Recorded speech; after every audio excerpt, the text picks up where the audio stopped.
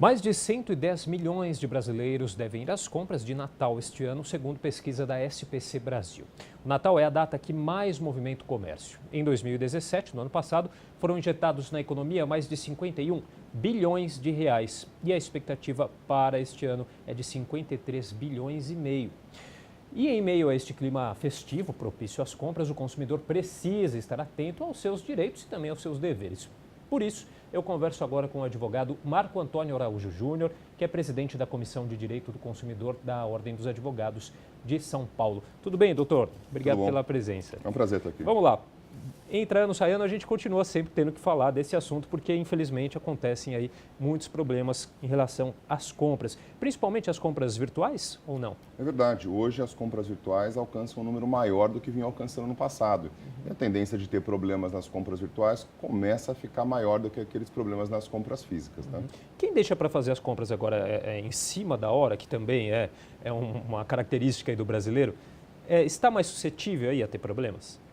Eu não acho que suscetível a ter problemas. Os problemas eles se dividem para quem compra com antecedência ou para quem compra em cima. Se você comprar pela internet em cima da hora, é muito certo que pode ser que você não receba o seu presente de Natal antes da festa de Natal. Agora, os problemas eles se dividem no momento que você comprar e aí podem estar relacionados, se você deixar para cima da hora, a comprar com um preço mais caro ou comprar aquele produto que apresenta um problema, um defeito que a gente chama no Código de Defesa do Consumidor. Agora que, é claro, em relação a essa questão do prazo, tudo isso deve estar especificado, tudo combinado. Caso o consumidor não receba ali aquele produto no prazo que foi combinado em contrato, o que ele pode fazer? Esse é um problema muito comum nas compras de Natal. Então, se você for comprar pela internet, tem que ficar atento ao prazo que está de entrega do produto.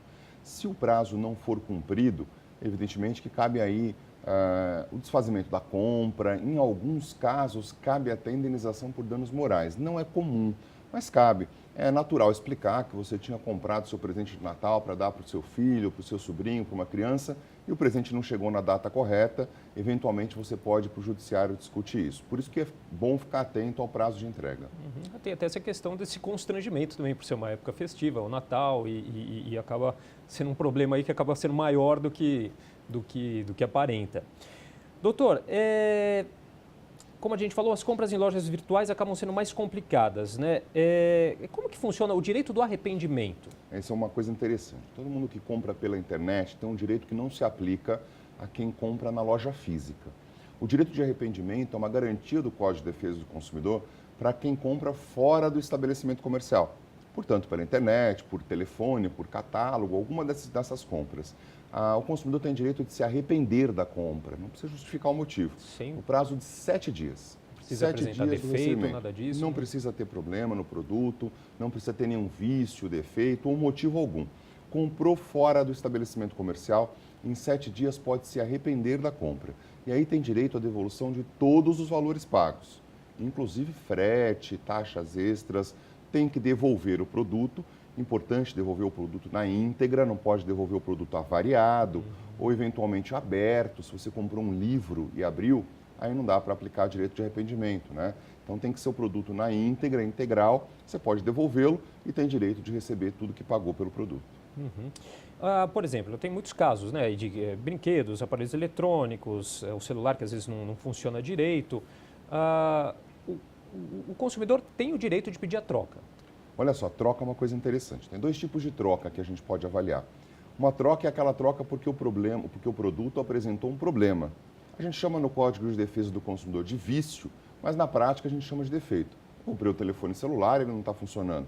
Comprei uma TV e a TV não está funcionando, uma batedeira e daí por diante. Você comprou um produto, ele tem um problema. Quando apresenta um problema, aí o consumidor tem direito de voltar na loja, e aí eu digo loja, o estabelecimento comercial que vendeu, ou até o fornecedor mesmo, até quem produziu aquilo, né? O fabricante daquele produto. E aí a loja, o fabricante, tem direito de corrigir o vício no prazo de 30 dias. Então, se você comprou um celular e ele apresentou um problema, você volta na loja e a loja tem o direito de corrigir o problema no prazo de 30 dias. Se não corrigir em 30 dias, aí sim, aí você pode pedir devolução de valores, abatimento proporcional no preço ou a troca do produto por outro de mesma marca ou espécie. Essa é a única hipótese em que a lei prevê o dever da troca, a única. Portanto, se você for numa loja comprar um produto, ele não serviu, ou você não gostou da loja, não gostou da cor, não gostou do tamanho, não gostou do modelo, ou até ganhou algum presente e esse presente não estava de agrado ali com o seu bom gosto, com a sua preferência, a loja não é obrigada a fazer troca nessa hipótese. A maioria das lojas fazem, mas isso é um combinado entre a loja e o consumidor. Na hipótese de não gostar, de não servir, de não ser do tamanho adequado, não há obrigatoriedade de troca. E a documentação? Ele tem que ter aquela documentação tudo direitinho, uma nota fiscal para fazer essa troca, né? Essa é uma dica importante para qualquer compra, né? Qualquer compra que você for fazer, guarda a nota fiscal. Ah, mas eu costumo perder. Fotografa a nota fiscal. Vale. Hoje é uma garantia, se você tem fotografado, está lá um documento, ele existe. É possível você pedir uma segunda via daquele documento. Ah, eu costumo perder as notas, fotografa elas, porque se você tiver um problema, você vai precisar comprovar que você comprou aquele produto.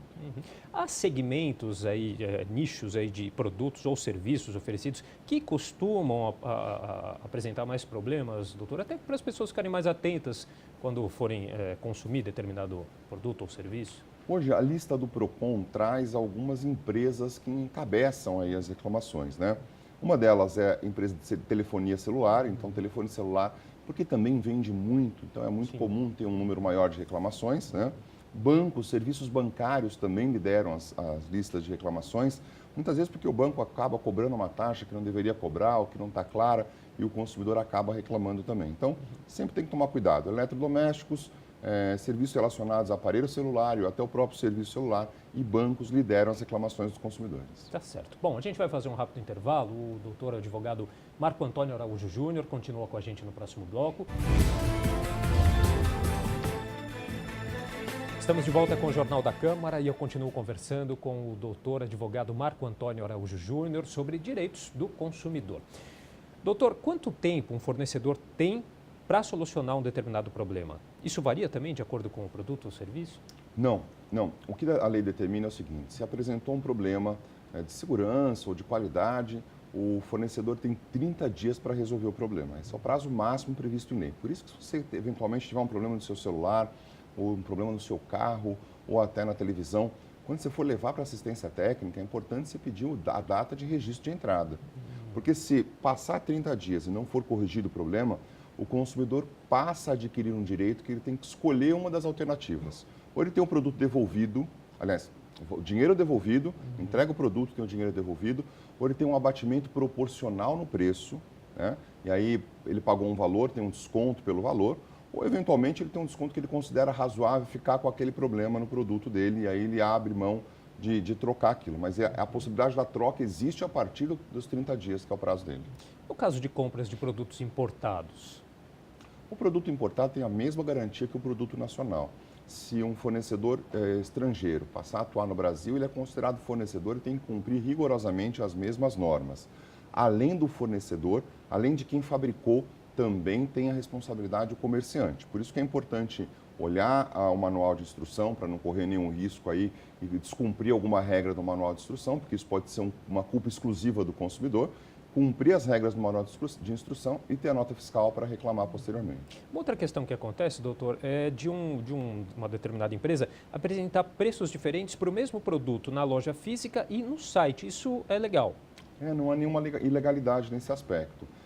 Isso é muito comum, porque a loja física demanda do fornecedor um custo maior, custo de aluguel, custo de funcionário, e a loja digital, né, o site demanda um custo menor. E é muito comum. Então, vale a pena aí o consumidor pesquisar e, se ele entender, se ele localizar um preço melhor na loja física ou na loja digital, ele mostrar para o vendedor e falar: olha, lá no site tem um preço melhor, eu queria que você chegasse nesse preço. Geralmente, as empresas costumam cobrir o preço. Uma outra questão relacionada aí à compra de pacotes de viagem, que também acontece muito nessa época do ano, né? Também aí acontecem problemas nesse nicho, como que o consumidor deve proceder também nessa questão? São duas coisas muito importantes com relação aos pacotes. A primeira são as passagens aéreas. Se você comprou um pacote de viagens, confirme com a companhia aérea se aquela passagem está emitida. Muitas vezes é só uma reserva e o consumidor deixa para o dia, lá no check-in, descobrir que é uma reserva, ele perde as férias inteiras. Então, tenha lá o número da emissão do bilhete, confirma, liga lá e verifica: ó, esse bilhete está emitido, é nesse dia de ida, é nesse dia de volta, confirma essa informação. A segunda coisa, obviamente, confirmar a reserva de hotel. Muita gente viaja, chega no local e o hotel fala, não tem uma reserva feita em seu nome. Aí a pessoa tem um prejuízo, vai ter que pagar muito mais caro por isso. Então, confirmar emissão do bilhete aéreo, confirmar reserva de hotel.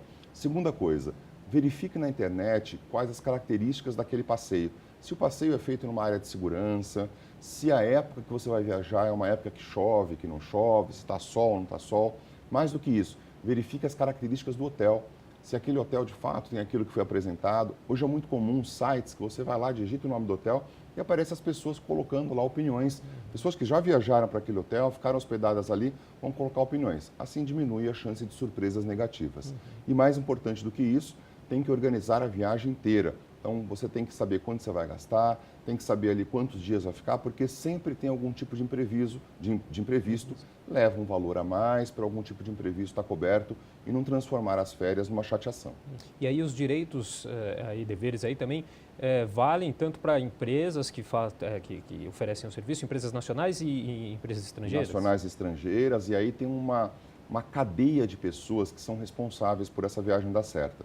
Desde a agência de viagem que vendeu o bilhete, que reservou o bilhete, até a companhia aérea que foi a contratada, até o hotel que foi contratado. Então, toda essa cadeia de pessoas são responsáveis por tudo dar certo. Se não der certo, eventualmente, tem que fotografar, tem que ter testemunhas, tem que filmar, se conseguir filmar, e depois pode ajuizar uma ação contra todas essas pessoas. A responsabilidade delas é igual, a gente chama de responsabilidade solidária. Tá certo. Bom, queria agradecer a participação hoje do doutor Marco Antônio Araújo Júnior, que é presidente da Comissão de Direito do Consumidor da Ordem dos Advogados de São Paulo.